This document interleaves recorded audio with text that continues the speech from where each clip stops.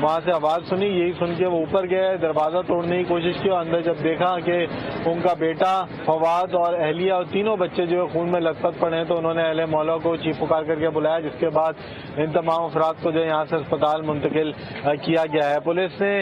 یہاں سے جو ہے شواہد جمع کر لی ہیں. میرے کیمرہ مین ادران اگر آپ کو دکھائیں تو یہ وہ گھر ہے جہاں پہ جو ہے وقتاً فوقتاً جو ہے جو عزیز و قارب ہیں وہ یہاں پہ آ رہے ہیں, جبکہ اوپر منزل پہلی منزل جہاں پہ جو ہے تمام تر واردات ہوئی اس کو جو ہے اب پولیس کے فورینسک ڈویژن نے سیل کر دیا ہے. شواہد یہاں سے جو ہے جمع کر لیے گئے ہیں, کچھ کھانے کے سیمپل بھی لیے گئے ہیں تاکہ یہ بات معلوم کی جا سکے کہ آیا فواد نے اپنے گھر والوں کو کوئی ایسی زہر آلود چیز تو نہیں کھلائی تھی اپنے بچوں کو اور اپنی اہلیہ کو کہ اس طرح گلا کٹتے وقت بھی جو ان کی چیخ پکار نہیں ہوئی, اور کیا وجہ بنی کہ